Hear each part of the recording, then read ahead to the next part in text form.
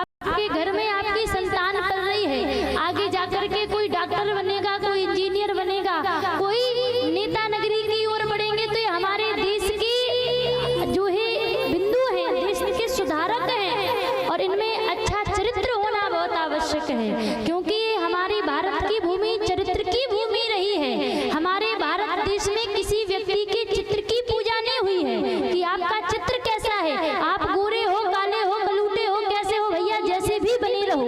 भारत की भूमि में चित्र की पूजा नहीं हुई है, भारत की वसुंधरा में व्यक्ति के चरित्र की पूजा हुई है। हमारे भारत में व्यक्ति के चरण नहीं पूजे गए हैं, बल्कि व्यक्ति के आचरण को पूजा गया है।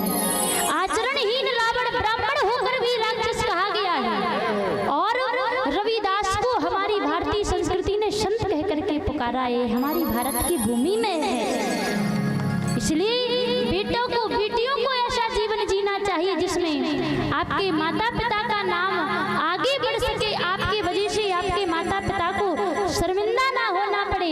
आप दो दो कुलों की शान बैठी हुई हो, यदि बेटियां के अंदर 1% भी संस्कार बिगड़ जाते हैं तो एक खानदान नहीं, बल्कि संत महात्मा कहते हैं, शास्त्र कहते हैं, 2 खानदान बिगड़ते हैं। पुत्री पवित्र किए कुल 2 कुलों को पवित्र करती हो आप, और यदि संस्कार बिगड़ जाए तो 2 कुलों को अपवित्र भी करने की क्षमता आपके अंदर है। इसलिए चरित्रवान रहना है, क्योंकि व्यक्ति का धन चला जाएगा, दोबारा आ जाएगा। यदि आप थोड़ी दुबले पतले हो गए, दोबारा बढ़िया शरीर बनाया जा सकता है, लेकिन यदि एक बार चरित्र चला जाता है तो वो दोबारा बनाया नहीं जा सकता है। ऐसी हमारी शुभ संदेश हमारे चाचा जी की तरफ से हम सभी को श्रवण करने का सौभाग्य प्राप्त हुआ। एक बार जोरदार तालियां हमारे चाचा जी के लिए बजाई जाए।